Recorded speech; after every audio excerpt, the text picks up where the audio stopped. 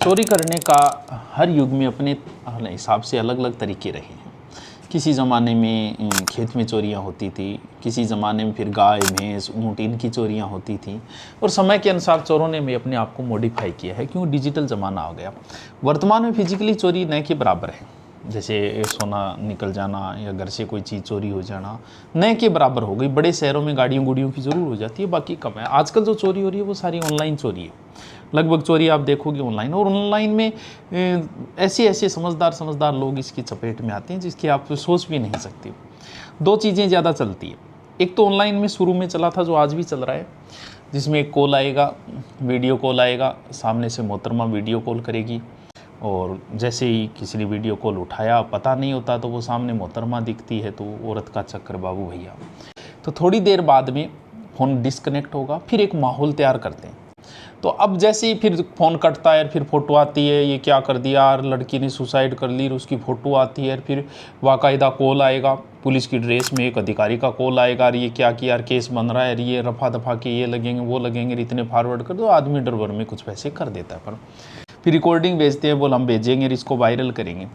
तो पहली बात तो है कि इसमें वो कभी वायरल नहीं करते, क्योंकि वायरल करने के बाद तो उस पर पता चल जाता है कि कहाँ से किया गया, क्या नेट है। तो आज तक ऐसा कभी किसी ने वायरल नहीं किया, और आपने भी नहीं देखा होगा। ऐसी सिचुएशन अगर आई है तो फ़ोन बंद कर लो, कोई लेना देना नहीं होता है। फिर आजकल एक नया ट्रेंड जो कुछ दिनों से चल रहा है, तो इसमें क्या होता है कि एक विदेशी नंबर से कॉल आएगा किसी लड़की का, और कॉल नहीं, मैसेज पे ज़्यादा बातें होती है इसमें, कि मैं यहाँ से हूँ, फॉरेन कंट्री में हूँ, इस देश में हूँ, मेरे पास इतना पैसा है, ये। फिर एक दोस्ती का सा प्रस्ताव शुरू होता है, और उसके बाद में वो फिर कहती है कि मैं इंडिया घूमने आ रही हूँ और तुम मुझे इंडिया घुमा दोगे क्या, और भाई फिर घुमाने के लिए तैयार बैठा ही इतना। फिर वो कहेगी मैं आ रही हूँ इस तारीख को।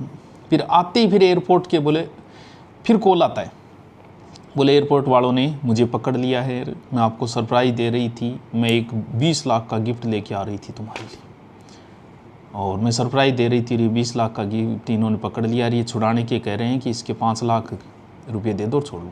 देखो भाई, मेरे तो हाथ से निकलना ही है, मुझे तो तुम्हें देना था, अब तुम देख लो, अगर तुम रखना चाहो। तो आदमी सोचता है यार 20 लाख का सामान 5 लाख में आ रहा है भाई, क्योंकि लालच तो आदमी का स्वभाव है, और वो 5 लाख फॉरवर्ड कर देता है। ऐसे करके नए तरीके अपनाए गए। दूसरी, बैंक की तरफ से कभी कोई कॉल आए तो OTP कुछ भी मांगे, सीधा मना कर सकते हो, कभी कोई कॉल नहीं आएगा बैंक की तरफ से। और तीसरा जो होता है वो हमेशा ही चलता रहा है, इसमें कई बार हमारी गलतियाँ होती हैं। इसमें क्या करते हैं, आपके पास एक APK फाइल आती है, उसमें जैसे शादी के कार्ड बना हुआ ऐसे लिखेगा, जैसे शादी का कार्ड है ऐसा आएगा। उसमें क्या होता है, दो तरीके, आपके व्हाट्सएप में हमें पता नहीं होता। व्हाट्सएप के अंदर अगर आपने ऑटो डाउनलोड ऑन कर रखा है तो वो फाइल कई बार ऑटोमेटिक डाउनलोड हो जाती है, और हमें पता ही नहीं चलता है कि हमारा मोबाइल जो है हैंग हो चुका है।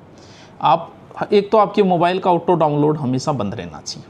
ऑटो डाउनलोड में क्या होता है, आप जाओगे सेटिंग में स्टोरेज एंड डाटाज नाम से एक है, स्टोरेज डाटा, उसमें जाओगे, फिर उसमें आपसे मांगता है फ़ोटो वीडियो कोई भी चीज़ हो, वो सारा ऑटो डाउनलोड आपका बंद होना चाहिए।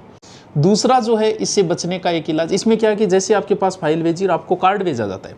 अब मान लो कि मेरे किसी जानकार का हैक कर लिया व्हाट्सअप, फ़ोटो भेजी, उसमें कार्ड भेजा, कार्ड डाउनलोड करती है, ऑटोमेटिक डाउनलोड देती है, उनके पास एक्सेस चला जाता है व्हाट्सअप का और इनका। अब क्या होता है कि वो एक्सेस ले लिया, मेरे जानकार है, मेरे पास मैसेज किया कि भाई साहब कहाँ हो, और मुझे 20,000 रुपये की इमरजेंसी ज़रूरत हो गई। अब मैं विश्वास क्यों ना करूं, क्योंकि उसके व्हाट्सएप से आया है मैसेज, व्हाट्सएप से आया तो मुझे विश्वास करूं, मैं बिना कॉल किए उसको कर देता हूं। अब वो क्या करते हैं कि मुझे भी भेज देते हैं वो APK फाइल, शादी का कार्ड। मैं देखूंगा यार मेरे जानकार ने शादी का कार्ड भेजा है, तो मैं उसको डाउनलोड कर लेता हूँ, और मेरा भी हैक हो गया।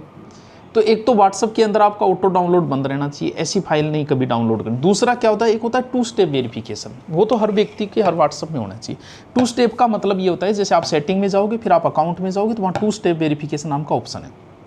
जैसे ही आपने उसको 2 स्टेप को ऑन कर दिया, उसमें आप अपने पासवर्ड दे दो, जैसे कुछ भी दे दिया आपने, XYZ पासवर्ड दे दिया।